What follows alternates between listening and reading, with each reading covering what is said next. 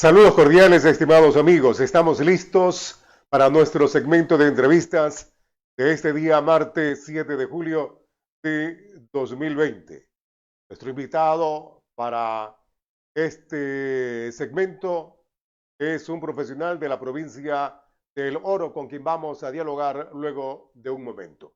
A profundidad. Análisis, comentarios y entrevistas a profundidad. Espacio creado para una comunicación efectiva en línea. El invitado para este segmento de entrevistas en este espacio a profundidad es Wilkins Brito Serrano, con amplia experiencia en lo que tiene que ver con la tecnología, con el sector informático, con el área de la comunicación en el nivel de la UES. Bueno, tiene tanta trayectoria en este aspecto nuestro invitado. Damos la cordial bienvenida a Wilkins Brito Serrano desde la provincia del Oro en su capital, Machala. Buenas tardes. Buenas tardes, muchísimas gracias, mi estimado Nelson, por la invitación a su programa. Este programa tan importante para el Ecuador entero y que realce también para la provincia de Manabí, que tengan un periodista de su talla y alguien que está preocupado por hacer entrevistas, más que entrevistas, también investigación en lo que concierne a los temas de coyuntura y también a los temas que son más importantes y relevantes para nuestra ciudadanía hoy en día, ¿no? Y qué mejor que incluir en el segmento de su programa un espacio para hablar sobre el futuro de la tecnología y el trabajo y la salud y la educación aquí en el Ecuador. Y precisamente antes de entrar ya en materia, en lo que se relaciona a esta entrevista con el tema de la disrupción tecnológica en la economía, educación y el sistema de salud a nivel de Ecuador, quiero saludar a las personas que nos siguen en toda la geografía nacional, en las diferentes regiones del Ecuador y asimismo en el mundo a través del Internet. El tema precisamente ya está planteado y en esta época en que hay tantos problemas con la situación de la economía, con los problemas de la educación y también en la parte de salud con la crisis sanitaria, con la crisis económica, con la crisis en todos los niveles que se viven en los actuales momentos en los diferentes estratos sociales de nuestro país. Entonces, Wilkins, la bienvenida y comencemos con el tema. Para muchos un término desconocido, lo que es la disrupción, pero para otros se la relaciona con los problemas, con la falta de aplicación de algunos procedimientos. Vamos entonces con el criterio del experto. Gracias. Sí, en lo que concierne a la disrupción, como usted bien lo ha dicho, es no únicamente la falta, en este caso, de la aplicación del conocimiento técnico en las nuevas áreas laborales, de salud o educación, sino incluso también el cambio drástico que se está empezando a generar en ciertos sectores en la economía, en los que el ser humano pues deja de ser indispensable en ciertas áreas en las que concierne a trabajos repetitivos y son reemplazados por un software o por una máquina. En este caso, el ejemplo más común que podemos encontrarnos hoy en el día a día es el de los bancos, porque un poco antes de que empezara la pandemia, de hecho, para ser más exactos, tal vez desde noviembre o diciembre del año pasado, 2019, ya empezamos a ver que cierta banca comenzó a eliminar a las personas de su personal que trabajaban como cajeros y fueron reemplazados estos por el cajero que ya puede receptar depósitos de cheques, depósitos en cuentas de ahorro o corriente y que puede hacer una funcionalidad de cosas distintas que antes era impensable que se haga y que pues solamente estaban limitadas a hacer una cola en el banco, llegar a la ventanilla y esperar que una señorita o señor la atienda y pueda hacer ese trámite. Hoy en día la disrupción tecnológica está yendo mucho más allá en el campo laboral que las cosas en las que pues eran más sencillas, como reemplazar a los caballos con carretas y tener automóviles. Hoy en día estamos viendo cosas mucho más impresionantes, una velocidad tan vertiginosa que lamentablemente, y tengo que decirlo, a los ciudadanos nos ha desensibilizado, porque ya no nos impresiona, nos tiene anestesiado tanto cambio y tan rápido que cada vez que vemos algo nuevo ya ni siquiera nos sorprende y no nos preguntamos ni siquiera qué pasó con la persona que estaba ahí antes y que ahora hay una máquina. Eso es lo que está sucediendo hoy y creo que esa sería la mejor forma, más simple de poder explicar en este corto programa que tenemos en este espacio lo que es la disrupción, solo en tema general. Por supuesto, es mucho más profunda. De acuerdo, entrando entonces a profundidad en la parte económica, Wilkins, ¿se considera entonces que el desempleo y la falta de oportunidades es uno de los inconvenientes que se da precisamente con la disrupción tecnológica? El ejemplo que pones de los bancos o de la banca a nivel nacional y a nivel mundial, esa es una de las características. Estamos hablando de la parte automática, de la parte robótica, que reemplazaría al ser humano en ciertas actividades en cuanto a la producción o a la productividad de ciertas áreas a nivel del globo. Sí, correcto. De hecho, eso es lo que me preocupa más en nuestro país, que es un país subdesarrollado, porque como usted lo había dicho, la robótica es un tema en el que cada vez se va acelerando el proceso de inclusión de la robótica en el diario convivir de la gente. En este caso, podríamos hablar de la automatización. Quizá muchos de nuestros espectadores en este momento habrán escuchado qué es la automatización y que se entiende esta como el proceso en el que las fábricas ponen unos grandes brazos robóticos y estas pueden hacer cosas ahí adentro junto con los ingenieros que están trabajando en ensamblar los productos. Pero la verdad no, la automatización ha llegado para quitarle del en medio a ese grupo de profesionales en las que su formación en este momento presente en el que vivimos ya no es útil para la industria o para la empresa. Y solamente por citar un ejemplo más reciente, la compañía Microsoft, la que hace el sistema operativo, mantiene el sistema operativo Windows, en el cual todos tenemos en nuestras computadoras, creó y lanzó el año pasado una nueva tecnología basada en inteligencia artificial que se llama NPL, que por sus siglas en inglés significa Natural Processing Language.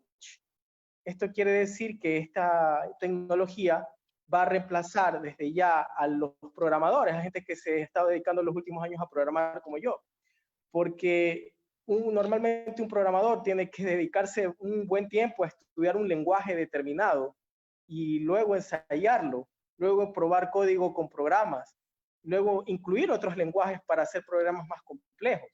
Y eso toma mucho tiempo de formación. Entonces también encarece los proyectos de nuevas industrias y empresas en el área de la tecnología.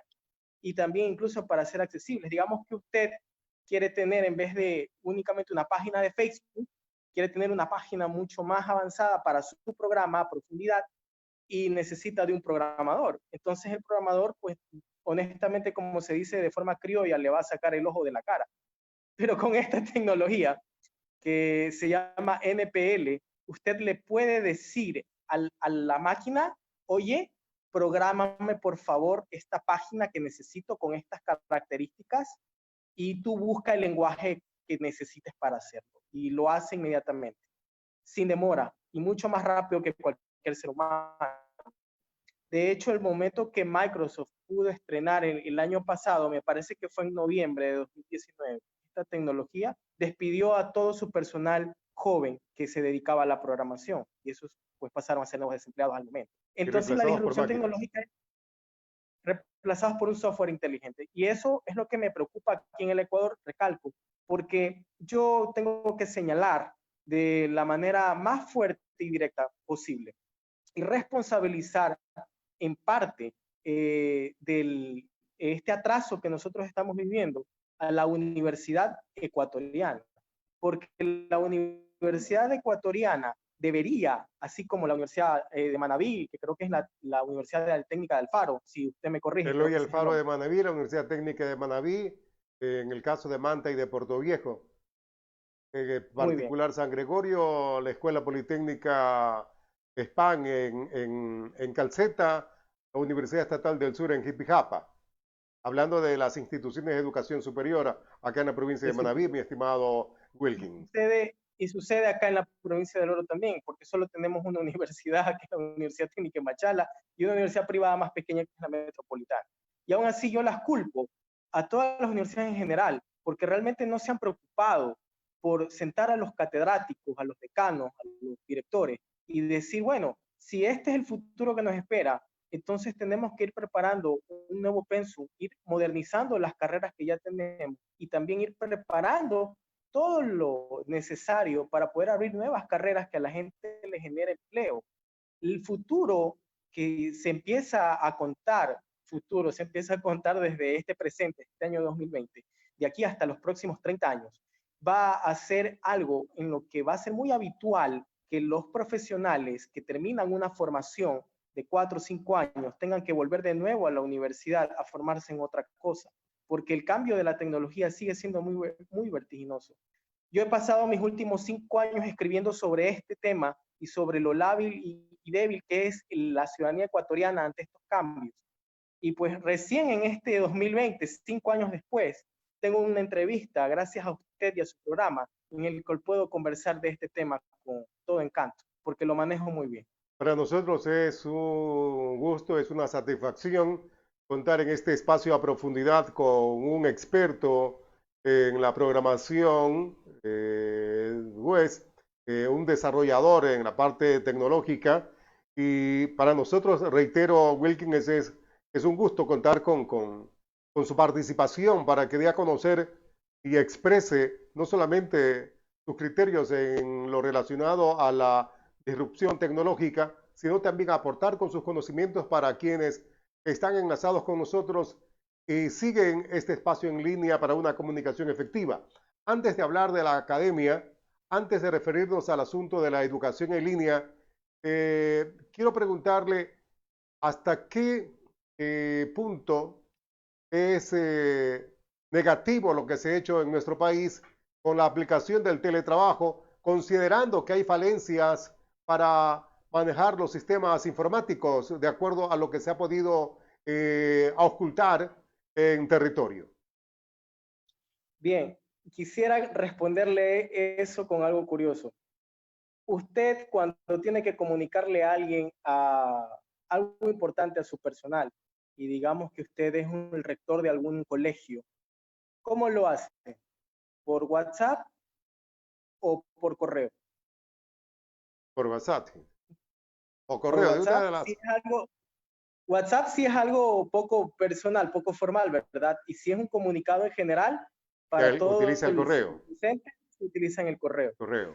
Ese es el mayor enemigo que tenemos en este momento en el Ecuador, la mentalidad del ecuatoriano en cuanto al uso de las nuevas tecnologías.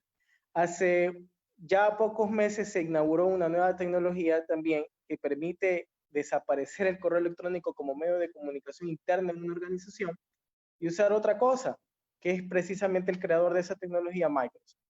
Y entonces se sigue hablando de que en América Latina, y yo conversé con un foro de profesionales latinoamericanos en el cual estuvimos reunidos la semana anterior, y decíamos con algo de picardía que el mayor problema para que Microsoft pueda promover esa nueva tecnología de comunicación interna, aunque haya pandemia, va a ser el típico rector de colegio que está acostumbrado a enviar todo por correo electrónico y que le parece cómodo seguir haciéndolo porque es lo único que ha aprendido a hacer. Entonces, en cuanto a la pandemia y el nuevo uso de las tecnologías, no puedo decirle sinceramente que todas las tecnologías en cuanto a trabajo virtual son muy útiles para todas las empresas. Eso honestamente sería una locura de mi parte si yo le afirmo algo así. Pero hay negocios que han podido funcionar con esta tecnología del teletrabajo, pero aún así no le han podido sacar todo su potencial por una sola razón, la mentalidad precisamente de los directores de la empresa que no han podido articular bien nuevas tecnologías y no se han capacitado para poder guiar a sus empleados a ser mucho más eficientes y a manejar mejor estas tecnologías nuevas que permiten comunicar mejores cosas por interno y en tiempo real.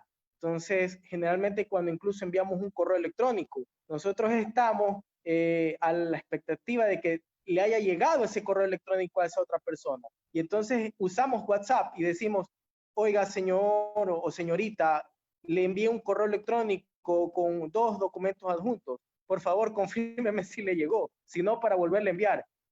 Y entonces se pierde tiempo importante. Y en el trabajo, el tiempo es oro. Y nosotros no podemos desperdiciar un minuto de nuestro trabajo, de nuestro tiempo dentro del trabajo, porque somos menos eficientes. Y entonces estas tecnologías permiten que nosotros nos enteremos todo en tiempo real. Y si hay una duda en cuanto a lo que me ha enviado usted, por ejemplo a mí, yo puedo preguntárselo en tiempo real en la misma plataforma y así usted responderme. Todo el equipo estar enterado de las dudas del otro y así pues rápidamente poder avanzar sobre la marcha. Entonces, si tengo que dar una calificación al sistema de teletrabajo ecuatoriano, pues le vamos a dar una D, porque es pésimo. Tampoco ha existido coherencia en el gobierno ecuatoriano en tratar de impulsar rápidamente el acceso a nuevas tecnologías y nueva capacitación para poder ayudar a las personas a trabajar. Hay personas todavía profesionales, y hablando por ejemplo del área de la contabilidad, que todavía no saben manejar un correo electrónico o un WhatsApp. Y entonces a esas personas se les va a hacer mucho más difícil saltar a la nueva fase tecnológica de la comunicación. Y retomando el asunto del teletrabajo, significa que si hay deficiencia en ese aspecto, la modalidad que se está aplicando ahora en el Ecuador con la crisis sanitaria y con los decretos para el estado de excepción, no están funcionando o no están dando un resultado al 100% para la institución que aplica esta modalidad. Es correcto, o sea, realmente no está dando ningún resultado. Es una pérdida de tiempo y está causando frustración. Hay mucha gente que se está frustrando y empieza a crear aversión a la tecnología y empieza a pensar que es una cosa inútil, que no sirve para nada, más aún porque el proceso se hace doloroso en el aprendizaje y la gente prefiere desechar y volver a lo antiguo. Y hay muchas personas que siguen pensando y añorando que volveremos a una normalidad en muchos trabajos en los que entramos a un horario de oficina, marcamos con el dedo en el reloj biométrico, nos sentamos a cumplir nuestra tarea frente a un computador en físico dentro de la oficina y luego volver a casa. Ese mundo parece que se está terminando, se está extinguiendo, está llegando a su ocaso. Y yo sí responsabilizo al gobierno ecuatoriano, que es un pésimo gobierno el que hemos tenido, el que ni siquiera en aquello que hoy en día es muy sencillo realizar porque existen muchos canales de comunicación, existen muchísimas herramientas disponibles que se puede utilizar y se pueden implementar como nuevas políticas públicas para el trabajo y para el ejercicio de la educación y de la salud. No lo han hecho más que como una pantomima y están dándole una mala calificación, haciendo que la gente comience a sentir aberración por el cambio y eso está entorpeciéndolo todo. Pero esta situación también es corresponsabilidad de los empleadores, tanto del sector público como privado, al no dar capacitación a su personal, al no dar capacitación para que sus servidores tengan al menos un conocimiento elemental para estar con la tecnología y aplicar y rendir mucho más en sus actividades laborales. Correcto. También, como habíamos dicho al principio, también es parte de ese director, ese rector que está todavía ensimismado en lo que era el correo electrónico o en procesos de tecnología muy simples, muy sencillos, y pues sencillamente al no saber qué más hacer se queda en lo mismo. También, naturalmente, los propietarios de empresas les ha llegado esta situación de la pandemia como un asalto, algo sorpresivo. La pandemia ha asaltado al empresario en el aspecto de no saber qué hacer y tratar de proseguir con la producción de una manera en la que es poco ética, una manera que es poco correcta y poco funcional. Entonces, pues lamentablemente yo en ese aspecto me siento también muy triste que la empresa privada, en el aspecto de los patrones, les he visto muy poca capacidad, muy poca iniciativa en la tecnología, pero ese es el Ecuador y ese es América del Sur. realmente no solamente es el caso ecuatoriano, sino global también en la región.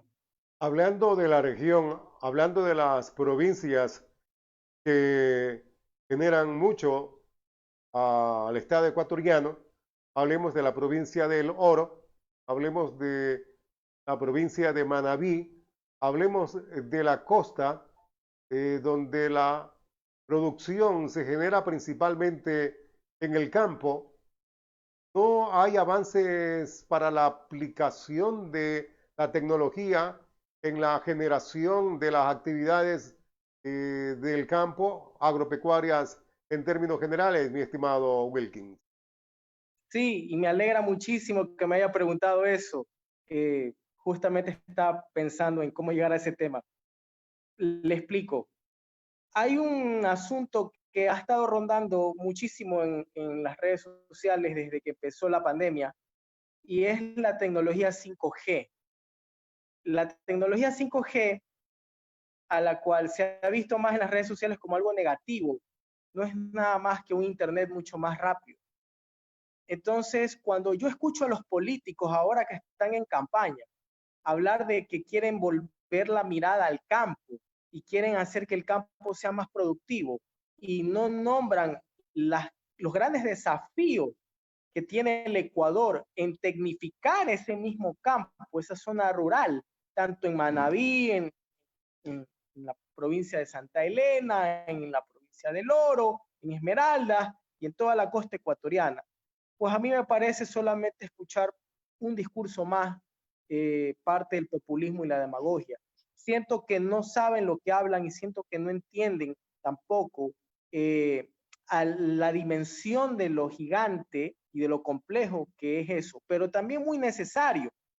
La tecnología 5G tiene que llegar al campo, porque cuando llegue al campo, entonces podremos brindar una conexión tan rápida de Internet que una persona que tenga sus cultivos, sus sembríos de tomates, de coles, lo que sea que tenga sembrado, banano, puede echar una revisión rápida usando drones o usando cámaras instaladas dentro de una red de cables muy sofisticados para vigilar siempre a la plantación y la fruta que ésta produce en tiempo real y no estar dependiendo de que el trabajador que está ahí viviendo prácticamente en la finca o en la hacienda tenga que caminar horas y horas y horas de recorrido, checando solo con su ojo y su mano cómo está la fruta, si tiene pulgón, si no tiene pulgón la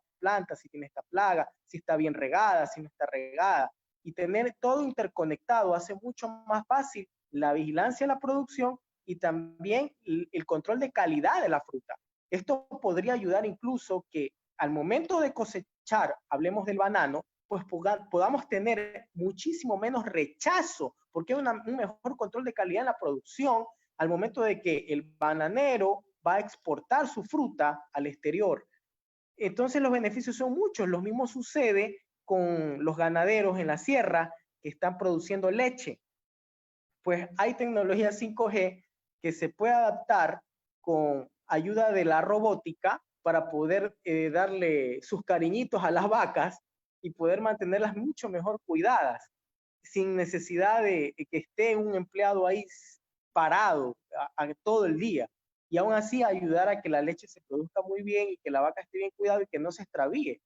Hay tantos beneficios en tantas áreas que creo que podríamos hablar toda la noche de los beneficios para el campo.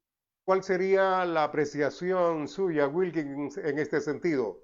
¿Por qué no invertir para que haya una tecnología de punta para la producción del campo? ¿No le conviene a los dueños de las empresas, a los dueños de esos predios, o no le conviene de la misma forma a quienes dictan las políticas públicas a nivel nacional?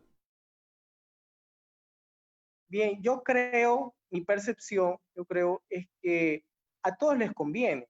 Lo que sucede es que hay demasiada mala fe e ignorancia en seguir pensando que el campo ecuatoriano es solamente propiedad productiva de 3 o 4 familias.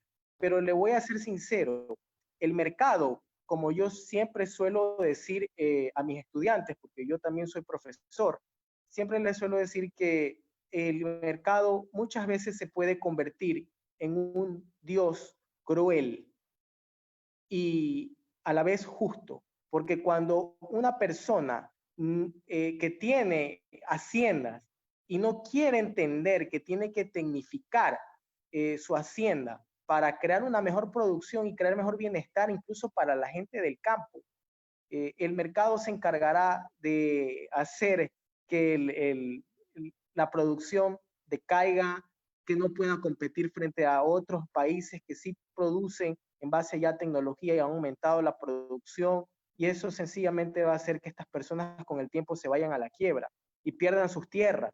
Como ya he conocido yo el caso de 2 personajes aquí en la provincia del Oro, que no quiero dar el nombre porque no quiero ser infidente, en que en estos momentos han perdido sus haciendas y están a punto de quedarse en la calle, porque precisamente siguen soñando con el modelo del monocultivo y a la antigua, échale agua al guineo y ponle la funda a la fruta para que no vaya a venir el bichito ese que se lo come. Entonces, lamentablemente, ese tipo de cosas no van a rendir frente a la competencia mundial, como por ejemplo el Perú, que ha aumentado muchísimo su producción gracias no solo a una buena política pública, sino también a la inserción de la tecnología. A eso me refería también en cuanto a las políticas públicas, porque si algunos ciudadanos tienen este problema, como el que se está mencionando, que ocurre no solamente en la provincia del Oro, sino también en otras regiones del país, es por la falta de créditos para que inviertan y la producción sea de una manera mucho más avanzada con los equipos y las técnicas que la época también amerita.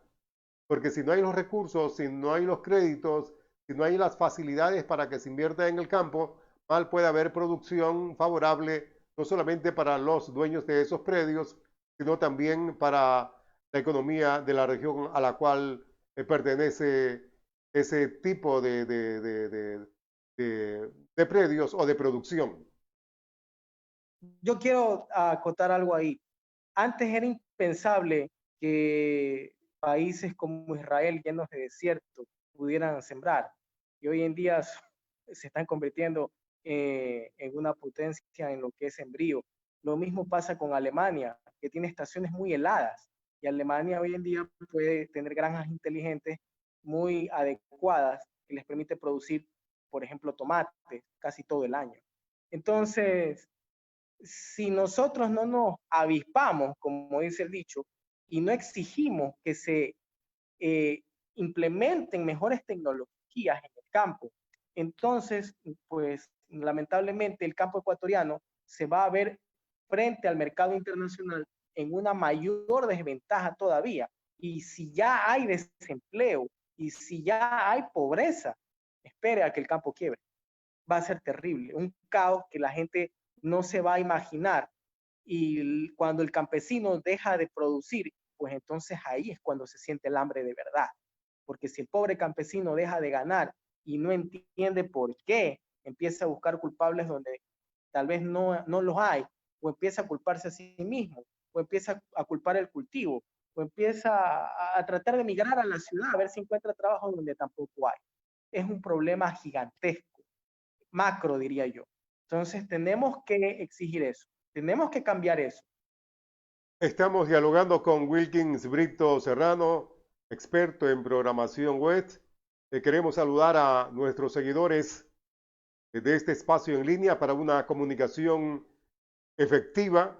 Hablando de la disrupción tecnológica, ya de la parte económica, pasemos al asunto de la educación. Ahora con la educación en línea, se han presentado tantos inconvenientes, tantos problemas. ¿Cómo superar estos inconvenientes, mi estimado Wilkins? Hay un gran problema con la educación en línea ecuatoriana, que no es educación en línea. A ver, tengamos el presente y hablemos de todo lo que sufre un maestro hoy en día que quiere dar una clase en línea porque el colegio o la escuela le está diciendo que lo haga. Bien, para empezar, hay muchos retos ahí. Cuando el profesor con su teléfono celular, como lo estamos haciendo nosotros ahora, utilizamos Zoom o cualquier otra plataforma para conectarnos con los alumnos y empezar la clase, los alumnos normalmente saben que son más jóvenes, saben un poco más de tecnología que el profesor y empiezan a usar la picardía. Desactivan la cámara, sacan el ángulo de la cámara para que el profesor no los vea bien y están jugando videojuegos, están chateando con amigos o están dormidos, están poniendo una foto falsa ahí donde el alumno parece que está atendiendo la clase y realmente no es el alumno, es una fotografía o es un montaje. Y entonces los maestros sufren porque no saben cómo manejar esa disciplina que se convierte en algo intangible para ellos porque no están conscientes de lo que está pasando del otro lado de las pantallas.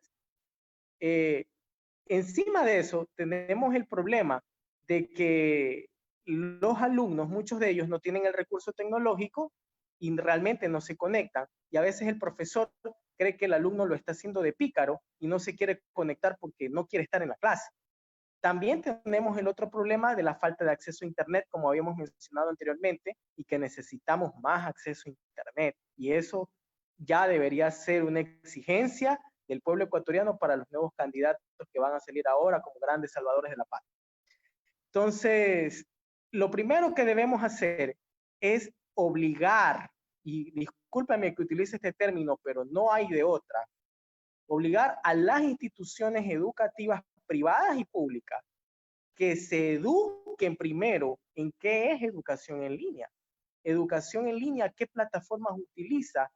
Y lo más sano para el profesor como los estudiantes es que el profesor no dé la clase en ese tiempo real, sino que la clase esté grabada en un video bien explicada y el alumno puede entrar a la plataforma con su usuario y clave, con su perfil, así como pueden tener un perfil para redes sociales, también un perfil dentro de esa plataforma, y el alumno poder hacer sus tareas y ver el video 1001 veces y saber que tiene un deadline, como se dice en inglés, una fecha límite de subir la tarea al sistema. Y entonces el profesor cómodamente venir y revisarla. Pero eso no sucede porque no hay inversión. Nuestro país ha sido una de verdadera desgracia en cuanto a inversión de tecnología en la educación.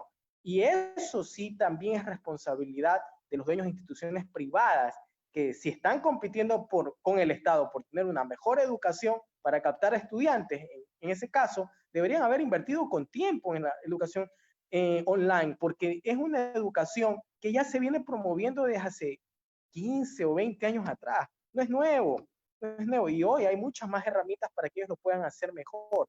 Pero como había dicho al principio también de esta entrevista, cuando comenzamos, contratar un equipo de programadores que lo haga puede ser costoso, pero es necesario porque para ellos es una rentabilidad a largo plazo. Y el Estado también tiene que implementarla. ¿Cómo superar los inconvenientes para cierto sector de la población que no tienen los recursos económicos para acceder a la tecnología y ser partícipe de este sistema educativo con los cambios que se han dado? Esa es la pregunta más difícil de responder porque realmente la única forma es que el padre de familia tenga el dinero para comprar el equipo. Pero sabemos que eso no hay, que no ocurre. Eso sabemos que eso no ocurre. Ese es otro problema. Debería haber una especie de, en este caso, incentivo que podría ayudar muchísimo, porque estamos hablando de una pandemia, una cosa mundial, y en el Ecuador pues hay que ser solidarios y el Estado no ha mostrado esa solidaridad. Pero lo que se pudo haber hecho, y todavía creo que se puede, porque es una locura que los chicos regresen a clase en estas circunstancias, es dotar al padre de familia con el acceso a un computador nuevo. ¿Sabe por qué tiene que ser nuevo, de nueva generación? Porque también los navegadores web y ciertos programas web también evolucionan. Y cada vez que evolucionan, se vuelven más exigentes y se necesita un dispositivo mucho más actualizado para poder acceder a ese sistema. Hay el caso de una institución aquí en la provincia del Oro, en la ciudad de Machala, una institución educativa, que para brindar mejor servicio educativo online a sus estudiantes, obliga a que los estudiantes accedan a una plataforma de Google que se llama Google Classroom. Y entonces pues el alumno tiene como un correíto electrónico de Google, de la compañía de Google, de Gmail, la dirección del Gmail, en el cual puede tener algunas opciones para tener videos de clases con los profesores en vivo y eso. Pero hay un problema. Esa plataforma de Google Classroom exige que el computador que tenga el estudiante sea un computador con un sistema operativo que corre en 64 bits. ¿Qué quiere decir eso? Que para correr en 64 bits en las pestañas de Google, debes tener también un computador con una memoria RAM mínimo de 8 GB. Entonces quiere decir que eso representa un gasto, una inversión del padre de familia en una máquina nueva que no va a costar menos de $1.300.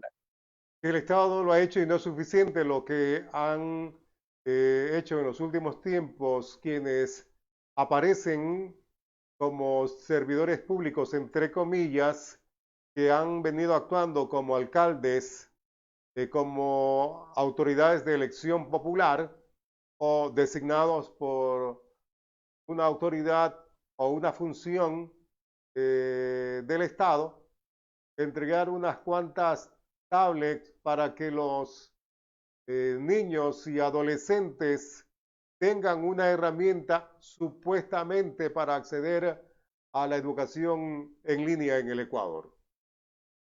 Sí, conozco muchos casos de esos y es una verdadera tragedia. Yo me siento muy triste y se me parte el alma al ver tantos casos de niños y adolescentes pobres que no tienen acceso a un equipo de tecnología pertinente para poder hacer uso de su clase. Yo siento que esta generación que se tiene que formar va a tener inmensamente un desafío en su vida cuesta arriba, en el cual van a tener demasiadas desventajas precisamente porque la crisis económica dificulta el acceso a estas tecnologías que permiten hoy en día educarse. Y yo creo que, firmemente creo, convencidísimo, que la banca, la empresa privada, debe ser también de corazón más blando y unirse, y así como andan haciendo ciertos grupos propaganda de que andan regalando mascarillas, deberían preocuparse también por los niños y dejar de ser populismo con lo más barato y ponerse a buscar formas y alternativas de ayudar, brindando una tecnología mejor como una computadora portátil en vez de una laptop china de $120 que la consiguen mucho más barata cuando importan al por mayor y les sale regalada en 50. O sea, Es, es una cosa y eso es absurda. y eso es lo que va a darse en esta época con las actividades que algunos ciudadanos van a realizar tratando de captar el interés, tratando de conseguir que sean elegidos en las próximas elecciones del 2021. Para la parte correspondiente a la salud, ¿qué desafíos con la parte tecnológica, mi estimado Wilkin? El desafío en la salud está para los profesionales de la salud en específico, no para la gente. La gente se va a ver beneficiada de estos cambios tecnológicos, biotecnológicos en la salud. En el caso de los profesionales de la salud, yo creo que de los próximos 5 a 10 años, en esta misma década, el médico general va a desaparecer, porque no va a tener el médico general realmente una función muy especial dentro ya de los hospitales públicos, porque el mismo desarrollo de infotecnologías en las aplicaciones hoy en día ya le permiten medir glucosa, presión arterial, ritmo cardíaco, estado de ánimo y muchas otras cosas más. Un monitoreo constante. Quizá el médico general, y vuelvo a lo mismo que hace un rato, las universidades son culpables de este atraso también cultural y educativo. El médico general ya no va a ser tan irrelevante para la detección y diagnóstico de ciertas enfermedades, porque hoy en día el teléfono, que es prácticamente una extensión del cuerpo humano hoy en día para muchas personas, va a ser el médico, va a ser el consejero, va a ser el psicólogo, va a ser todo. Y entonces tal vez los médicos generales, si es que todavía seguirán existiendo para el 2030, pues no van a pasar de ser meros consejeros, y cuando usted vaya a una consulta, en vez de recetarle paracetamol e ibuprofeno con mucha agua, le van a decir, descarga esta aplicación, descarga esta otra aplicación Eso y sería el conéctese y avance revisar. de la tecnología. Luis Quichimbo saluda a Wilkins. Queremos también nosotros saludar a todas las personas que de una u otra manera están enlazados con este espacio en línea a profundidad. Queremos agradecer a Wilkins Brito Serrano por haber compartido sus conocimientos con nosotros en esta entrevista relacionada con la disrupción tecnológica en la economía, educación y el sistema de salud, y reiterar lo que señalaba Wilkins en el sentido de lo referente a la academia. La academia está debiendo, la academia es morosa, la academia no ha aplicado sus programas de estudios precisamente o sus programas académicos a favor de la comunidad, a favor de la sociedad, con aplicaciones efectivas, esperar y dejar ya sistemas arcaicos, tal como también lo ha referido nuestro invitado de este día, Wilkins Brito Serrano. En la parte final, muchas gracias por haber estado con nosotros compartiendo, Wilkins, este espacio a profundidad. Muchísimas gracias. Bueno, tal vez como lección final yo quisiera dejar el titular de uno de los grandes escritores que tenemos en América Latina, Andrés Oppenheimer, cuando habló sobre su penúltimo libro, me parece, que se llama Crear o Morir. Yo creo que el desafío tanto económico, educativo y de la salud en una sociedad ecuatoriana que está totalmente a su suerte va a depender muchísimo sobre saltar esta crisis, saltar estos obstáculos que tenemos, en el volvernos más creativos y darnos entre nosotros la mano, crear estas comunidades digitales que fortalezcan la ayuda entre nosotros, la cooperación, y nos ayuden a capacitarnos también para los días venideros. Un inmenso abrazo a la provincia verde de Manabí, yo la quiero muchísimo, amo muchísimo sus playas y a su gente, y estoy encantado de haber estado en este programa. Me quedé corto honestamente porque da este tema para hablar muchísimo más, y espero estar nuevamente en su programa en algún momento, si es que me hacen la invitación cordial.